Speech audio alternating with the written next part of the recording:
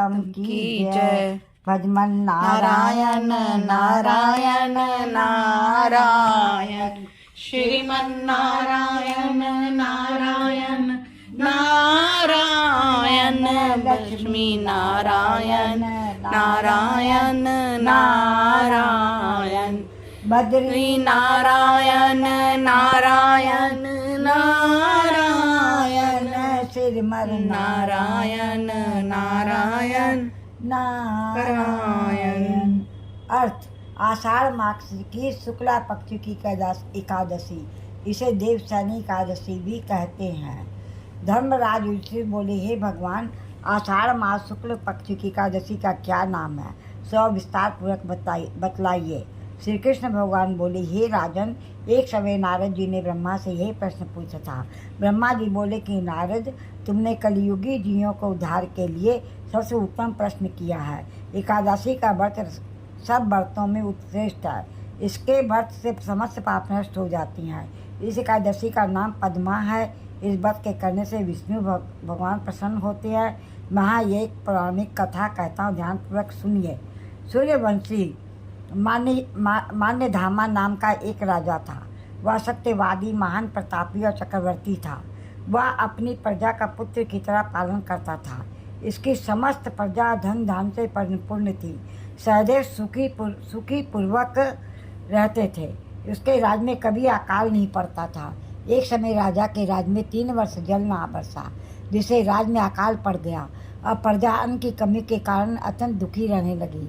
राज में यज्ञ आदि होना बंद हो गई।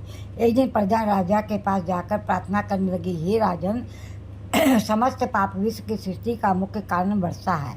उसी वर्षा अभाव से राज्य में अकाल पड़ गया है और अकाल से प्रजा मर रही है। हे राजन, आप कोई ऐसा उपाय बतलाइए जिससे हम लोगों का दुख दूर हो। इस पर राजा मान्यधाता बोले कि आप लोग ठीक कह रहे हैं। वर्षा कम होने से आप लोग बहुत दुखी हैं। राजा के पापों के कारण ही से प्रजा को दुख भोगना पड़ता है। मैं बहुत सोच विचार रहा हूँ, फिर मुझे अपना कोई दोष दिखाई नहीं दे रहा है। आप लोगों के दुखों को दूर करने के लिए बहुत यत्न कर रहा हूँ। ऐसा कर राजा मान्यधाता भगवान की पूजा कर कुछ मुख्य आदमियों को साथ लेकर वन को चल दिए। वहाँ वह ऋषियों के आश्रम में घूमते घूमते अंत में ब्रह्मा के पुत्र अंगिरा ऋषि के आश्रम पर पहुँचे। उस स्थान पर राजा रथ से उतरा और आश्रम में आया। वहाँ मुनि अभी नित्य कर्म से निवृत्त हुए थे। राजा ने उनके मुख सम्मुख प्रणाम किया और मुनि ने उसका आशीर्वाद दिया। फिर राजा से बोले, हे राजन, आप कुशल पूर्वक तो हो, आप इस स्थान पर कैसे पधारे हैं, सो कहिए। राजा बोला, हे महर्षि, मेरे राज में 3 वर्ष से वर्षा नहीं हो रही है। इसी से अकाल पड़ गया है। अब प्रजा दुख भोग रही है। राजा के पापों के प्रभाव से प्रजा को कष्ट मिलता है, ऐसे शास्त्रों में लिखा है। मैं धर्मानुसार राज्य करता हूँ, फिर यह अकाल कैसे पड़ गया है, इसका कारण मुझे अभी तक पता न लग सका। अब मैं आपके पास उसे संदेह की निवृत्ति के लिए आया हूँ। आप कृपा करके कष्ट को दूर करने का कोई उपाय बतलाइए। इस पर ऋषि बोले, हे राजन, यह सतयुग सब युगों से श्रेष्ठ है।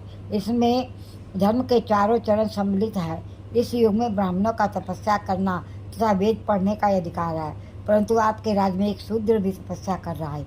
इस दोष के कारण आपके राज्य में वर्षा नहीं हो रही है। यदि आप प्रजा का भला चाहते हो तो शूद्र को मार दीजिए। इस पर राजा बोले, हे मुनि, मैं निरापराध तपस्या करने वाले शूद्र को नहीं मार सकता। आप इस दोष से छूटने का कोई अन्य उपाय बतलाइए।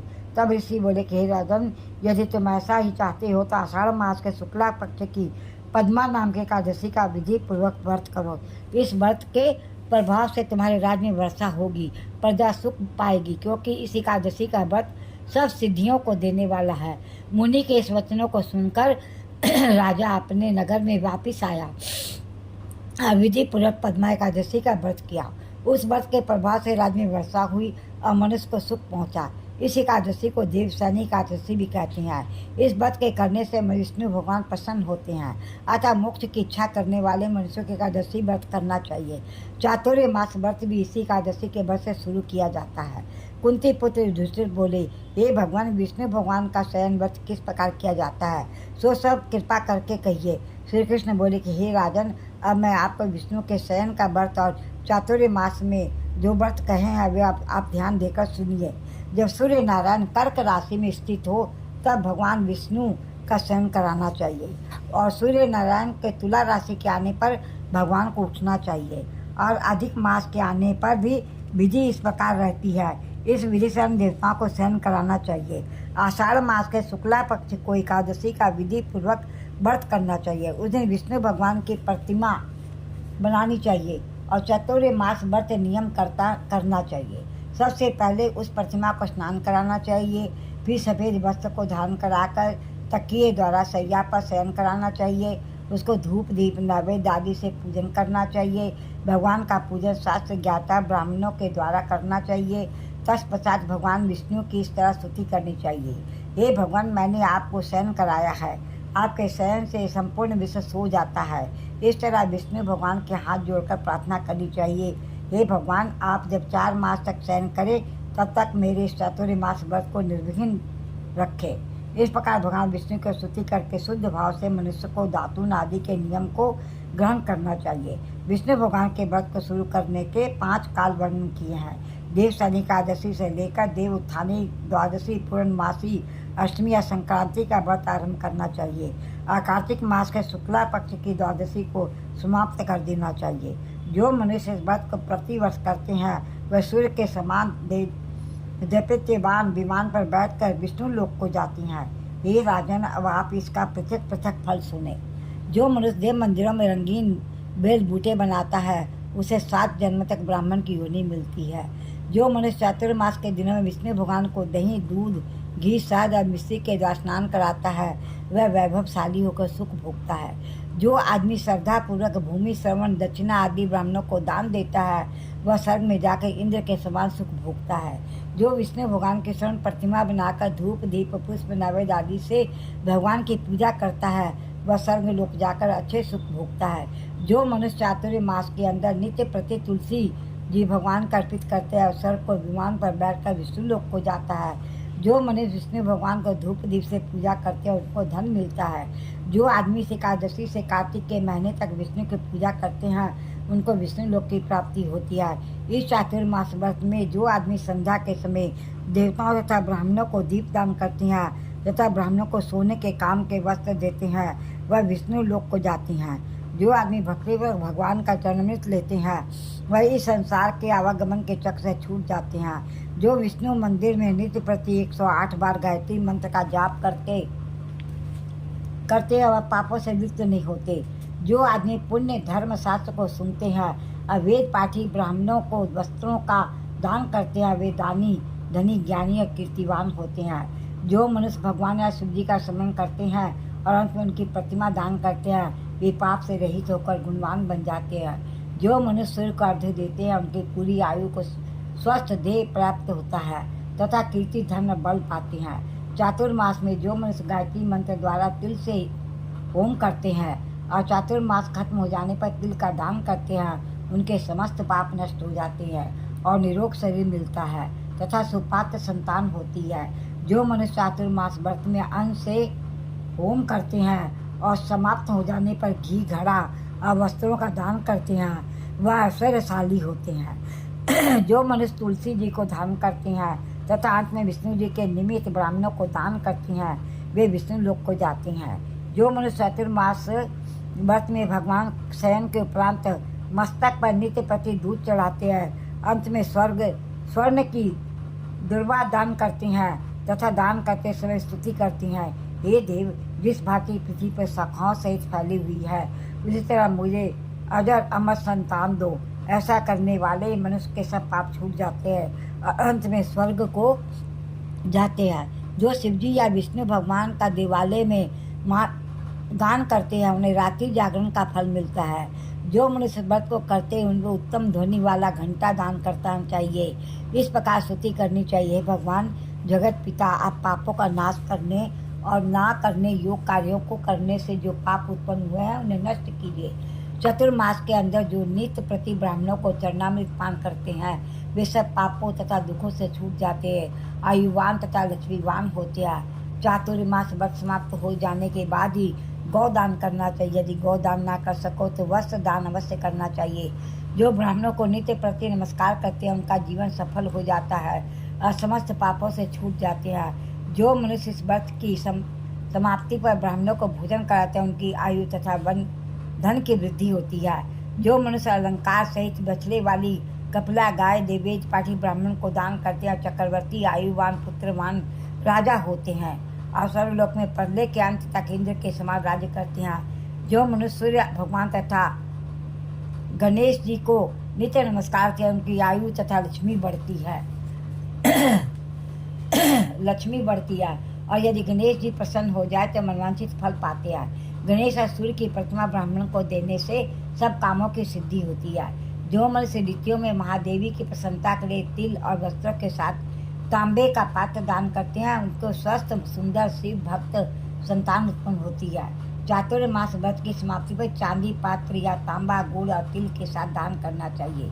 जो मनुष्य विष्णु भगवान के शयन के उपरांत यथाशक्ति वस्त्र तिल के साथ स्वर्ण दान करते हैं उनके समस्त पाप नष्ट हो जाते हैं। इस लोक में भोग तथा परलोक में मोक्ष को प्राप्त होते हैं। उनको अच्छे पेड़ के समान धनवान होते हैं। वर्षा ऋतु में जो गोपी चंदन देता है उन पर भगवान प्रसन्न होते हैं। व्रत समाप्त हो जाने पर इस प्रकार उद्यापन करना चाहिए। 4 छटाक या 8 छटाक तांबे के पात्र में शक्कर भरकर तथा वस्त्र फल दक्षिणा से तांबे का पात्र सूर्य को प्रिय है। इससे मनुष्य के सब रोग नष्ट हो जाते हैं। उसके दान के प्रभाव से बलवान और कीर्तिवान संतान उत्पन्न होती है। हे कुंती पुत्र, इस चातुर्मास व्रत को करने वाला मनुष्य गंधर्व विद्या में निपुण और स्त्रियों को प्रिय होता है। जो मनुष्य चातुर्मास व्रत में ब्राह्मण को शाक फल आदि देते हैं अंत में यथाशक्ति दान दक्षिणा वस्त्र आदि देते हैं वह सुखी राजयोगी बनते हैं। शाक और फल देना देवता तथा मुनियों को प्रिय है अतः इसके देने से देवता प्रसन्न होते हैं। जो मनुष्य व्रत में प्रतिदिन सौंठ मिर्च पीपल और दक्षिणा के साथ दान करते हैं तथा व्रत के अंत में स्वर्ण सौंठ मिर्च आदि दान करते हैं वह 100 वर्ष तक जीते हैं अंत में स्वर्ग को जाते हैं। जो मनुष्य तंबाकू खाना छोड़ देते हैं उनसे देवता प्रसन्न होते हैं और अनंत धन देते हैं। इस व्रत में जो मनुष्य लक्ष्मी दान करता है अंत में चांदी के पात्र में हल्दी रखकर दान देते हैं वे स्त्रियां अपने पति के साथ और पति अपनी पत्नी के साथ सुख भोगते हैं तो उन्हें सौभाग्य धन तथा संतान मिलती है।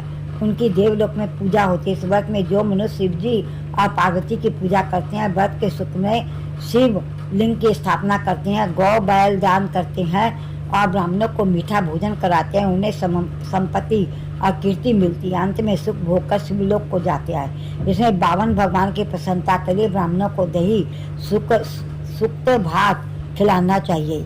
यदि यह नित्य ना हो सके तो अष्टमी अमावस्या पूर्णिमा और प्रत्येक रविवार या शुक्रवार को खिलाना चाहिए। इस व्रत की समाप्ति में भूमि का दान करना चाहिए। यदि भूमि दान ना हो सके तो स्वर्ण युक्त पादुक दान करनी चाहिए। ऐसा करने से धन धान्य पुत्र तथा विष्णु भक्ति मिलती है। अंत में विष्णु लोक को जाते हैं। जो मनुष्य दान तथा आभूषणों से युक्त बछड़ा सहित गौदान करते हैं वह इस लोक में ज्ञानी और किसी के सेवक नहीं बनते। अंत में ब्रह्मलोक में जाकर पितरों के साथ अनंत सुख प्राप्त करते हैं। चातुर्मास व्रत में जो मनुष्य प्रजापत्य का व्रत करते हैं उसकी समाप्ति में गौदान करते हैं और ब्राह्मणों को भोजन कराते हैं सब पापों से छूटकर ब्रह्मलोक को जाते हैं। व्रत में जो वस्त्र और बैलों के साथ 8 हल दान करते हैं और शाक फूल फलाहार करते हैं तथा पर्य व्रत करते हैं अंत में दूध वाली गौदान कर देते हैं वह विष्णु लोक को जाते हैं। जो मनुष्य दोनों ऋतुओं में केले के पात्र में पलाश के पत्तों पर भोजन करते हैं वह इस लोक में सुख भोगते हैं तथा तेल नहीं खाते उनके सब पाप नष्ट हो जाते हैं। इस व्रत के प्रभाव से ब्राह्मण घात करने वाला सुरापान करने वाला असत्य भाषण करने वाला स्त्री को मारने वाला किसी के व्रत को बिगाड़ने वाला अगम्य गमन करने वाला विधवा गमन करने वाला ब्राह्मणी तथा चंडालनी से गमन करने वाला इन सभी पाप नष्ट हो जाती है। अंत में निर्वाण पद को पाते हैं। चातुर्मास के व्रत के अंत में जो मनुष्य ब्राह्मणों को आभूषण युक्त चंदन सहित बैल का दान करते हैं तथा सतरस युक्त भोजन कराते हैं उनको विष्णु लोक प्राप्त होता है। जो मनुष्य भगवान के शयन करने पर नित्य प्रति रात्रि जागरण करते हैं तथा अंत में ब्राह्मणों को भोजन कराते हैं उन्हें शिवलोक की प्राप्ति होती है। चातुर्मास व्रत में जो मनुष्य नित्य एक समय खाकर रहते हैं अंत में भूखे को भोजन कराते हैं उनको स्वर्ग की प्राप्ति होती है। जो भक्ति पूर्वक भगवान के शयन के बाद भूमि पर सोते हैं तो अंत में सैया दान करते हैं उनको उसी लोक में पूजा होती है। इस व्रत में जो मनुष्य मैथुन नहीं करता वह बलशाली यशस्वी या लक्ष्मीवान होता है तथा अंत में स्वर्ग को जाता है। चातुर्मास व्रत में जो उत्तम चावल या जौ का दान करते हैं वह स्वर्ग को जाते हैं। जो इस व्रत में तेल नहीं लगाता तथा अंत में कांसे या मिट्टी के पात्र में तेल भरकर दान में देता है वह विष्णु लोक को जाता है। जो इस व्रत में शाक नहीं खाता अंत में हर प्रकार के शाक वेद पाठी ब्राह्मण को देता है वह शिवलोक जाकर ख्याति प्राप्त करता है। जो इस व्रत में गेहूं दान करते हैं उन्हें अश्वमेध यज्ञ का फल मिलता है।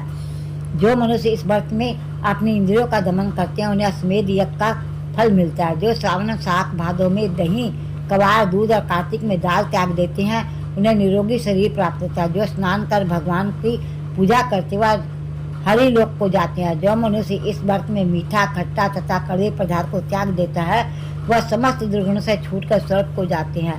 जो इस व्रत में चंद्राने व्रत करते हैं स्वर्ग को जाते हैं। जो इस व्रत में एकमात्र दूध पर ही निर्वाह करते हैं उसको वंश प्रलय के अंत तक चलता है। जिस दिन भगवान शयन से उठते हैं उस दिन ब्राह्मणों को दान वस्त्र भोजन कराना चाहिए या समस्त दान वेद पाठी ब्राह्मण को देना चाहिए।